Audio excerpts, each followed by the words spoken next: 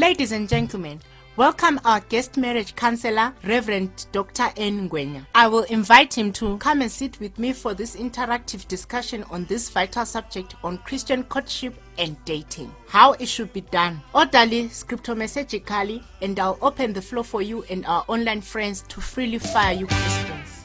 Welcome, Doc. You can break the ice for us by giving opening comments on this exciting subject. Thank you indeed. This is a great subject. One of the highest choices in life is when you choose a marriage partner. It becomes the doorway to a heavenly or hellish life on earth, depending on the nature of both parties and their compatibility. Before you say I do, you must be 100% sure that you know the will of God, the nature of your fiancé, qualities, habits, character, spiritual fiber, emotional IQ, how he or she reacts to situations, direction and destiny in life. Before you say, where you go, I will go, discover these things yourself without leaning too much on the impression from friends and relatives. You don't shut your ear to sound advice. Remember, marriage is honorable, not by any to be entered into unadvisedly or lightly, but reverently, discreetly, soberly, and in the fear of God. You don't step into marriage under pressure from friends, churchmates, or family members, or when you feel left out because your friends are all married. In the choosing process, though we teach you to marry character, not just beauty, remember there is the natural side and spiritual side that needs to be balanced. It must be someone you can love and also admire. Remember, you will wake up every day seeing that same person. Evening, dear. How was your day? You still have the same hairstyle you had last week. When will you also look presentable?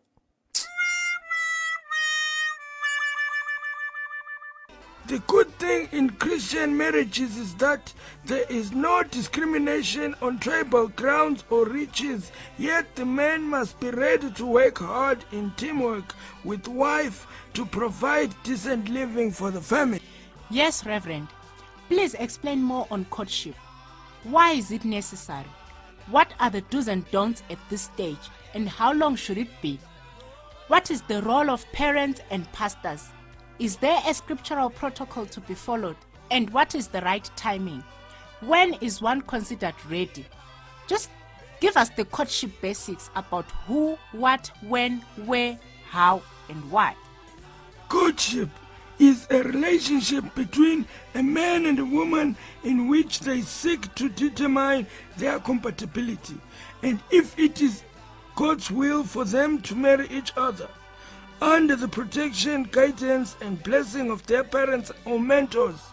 The couple concentrates on developing a deep friendship that could lead to marriage. As they discern their readiness for marriage and God's timing for their marriage.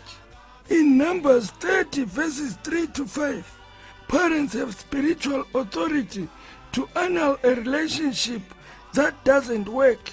When a young man has prayed, feels he is spiritually, physically, financially, and biologically mature, and is ready to marry and take his spiritual responsibility outlined in Ephesians 5, he starts the process of choosing. He doesn't choose from the world. Wow, you're looking so beautiful. Who is your stylist? Are you from this town? Hi, lovely dress. It must have cost you a lot of money. But from time-tested Christian girls of like precious faith and avoid conflict of interests. Remember, only a Christ-centered marriage will stand the test of time and storms of life. When you smuggle an unbeliever into church just for the sake of marriage, they will act up and only show their colors after marriage. Of course, some become real Christians, but that's not the way to do things, and it's too risky. It is unusual, suicidal for girls and boys to lose patience and be attracted to worldly beauties and slay queens as they see less beauty in the godly girls and boys. Remember, I'm not saying that an ugly person has more character.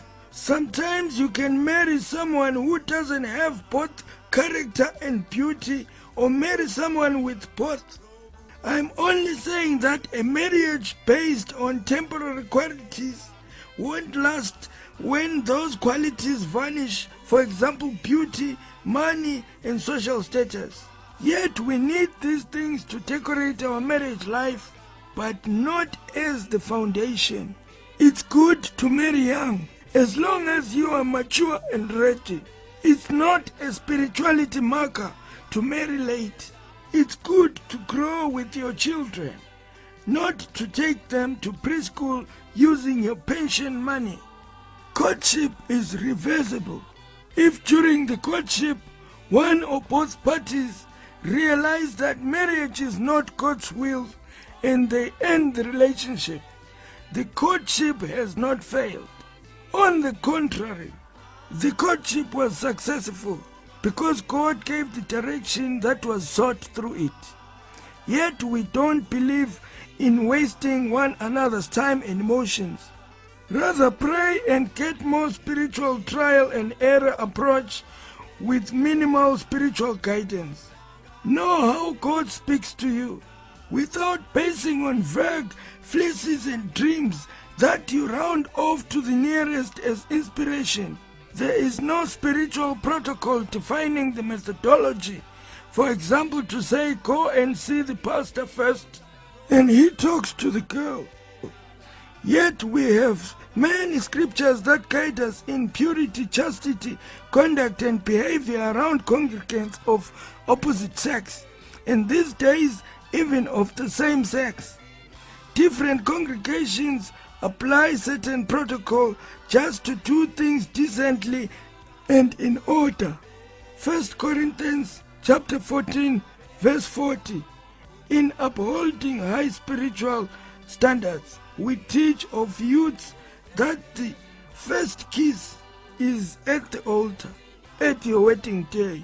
There is no room for hugging, kissing, fornication, and pregnancies before your wedding. So avoid walking together in unwise timing and places where the devil can destroy your testimony of purity.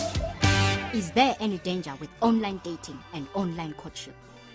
As we live in the great age of technology, we embrace all the advantages of technology and global connectivity, yet we should never let it break our moral fiber and reduce us to robots. Marriage should not be initiated by a profile picture or social interactions, but by prayer and diligent search of marital qualities. Yes, as we are searching, it's possible to get an online hint that goes beyond data and chemistry interactions way into marital levels. A well-taught believer would seek pastoral guidance and real-life interaction with this potential spouse to avoid becoming a victim of deceptive online profiles. But a more excellent way is to live a real life in a real world and meet a real partner for a real interactive courtship and real marriage. Know his or her real looks and real nature and real parents. What is the difference between courtship and dating in the Christian setup? Christian dating is the searching stage where you are working out connections and agreeability with a friend who is your potential spouse. This is done prayerfully and under guidance and advice, different from the casual and sensual or merely lustful and purposeless approach in worldly dating. This stage is first interactive connections with potential marriage partner all the way up to acceptance of proposal. In worldly dating, men and women who choose to date often have no commitment to consider marrying the other person. Maturity and readiness for marriage are not considerations in the decision to date. Instead, couples usually date with the selfish goals of having fun and enjoying romantic attachments. In contrast, courtship is undertaken only when both parties are prepared to make a commitment to marriage. Dating tries to answer the question, how can I find the one who will make me happy? Courtship strives to answer the question, are we compatible, and can we proceed to make an irreversible commitment towards each other in next stage of engagement and wedding? And how can I honor God and discern His direction regarding my life partner? A couple participating in courtship seeks the accountability of their parents or other mentors. As they establish guidelines for their relationship, they can easily recognize that God also holds them responsible to honor one another. Receiving God's grace and the support of others strengthens them to maintain their commitment of purity.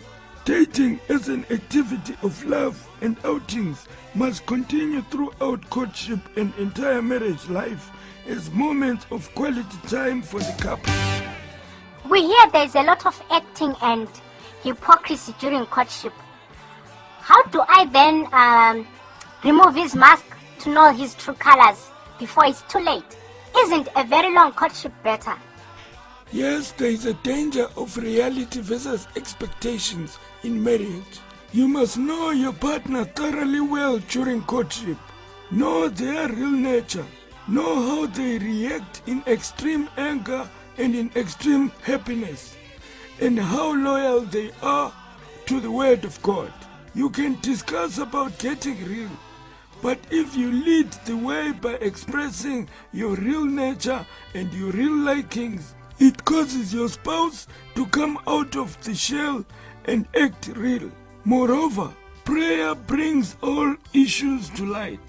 If you are a prayerful, obedient child of God, He will not allow you to fall into a ditch.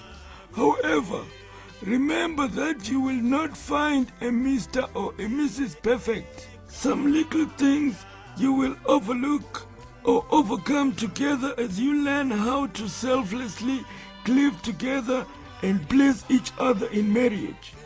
If courtship is too long, there is too much room for temptation and fornication, yet of course, if it is too short, you are likely to marry someone you don't really know. So in this light, it should be long enough and also short enough. There is no mathematical duration. Would you marry the same person you have today? No. Yes, I'll marry her. No. Definitely no. Because of our time, I'll take the last question. Then we'll pick it up in our next session. Questions and answers on courtship and dating part 2. As a grown-up sister faithfully waiting in church and brothers are not approaching, is there anything I can do to initiate or catalyze a relationship with a potential husband? I see in the Bible, Ruth and Esther, the only women who have books written after them in the Bible, did not just sit and wait, they took steps. And again, when you say believers should only marry believers, isn't it true that there are 3 kinds of believers in every church? The believer, unbeliever, and make-believer. So, someone can be married to a church-going unbeliever. And how can that be avoided? God's timing is always the best. Don't be under desperation until you throw yourself in wrong hands and live in hellish marriage the rest of your life. If you are faithful and prayerful, God is a strategist.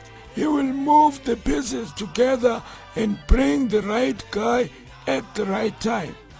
It's not orderly for a sister to initiate or propose to a brother, but seek prayer and advice from the man of God if you feel you are getting old or you have a revelation or dream or vision of a brother coming but there is no movement.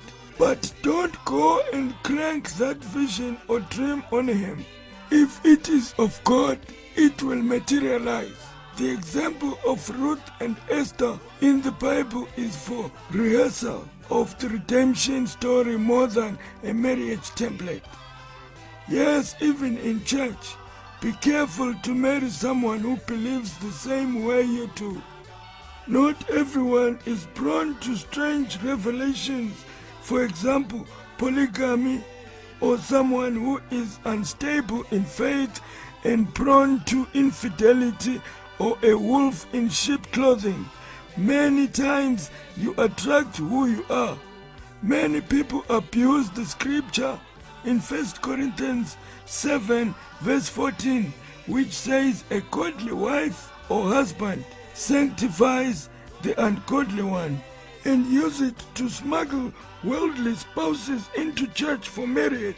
Most of the times, these smuggled spouses go back to their ways after wedding and cause terrible deterioration of marriage standards and conflict of interests. The unbelieving spouse, if you pray and allow God to join the pieces of your marriage jigsaw puzzle, you are guaranteed of happiness. And what God joins together, no man can separate. God bless you. Visit and subscribe to our YouTube page, Spoken Word Fellowship Bulawayo, and Facebook page, Spoken Word Fellowship Marriott Church and Court.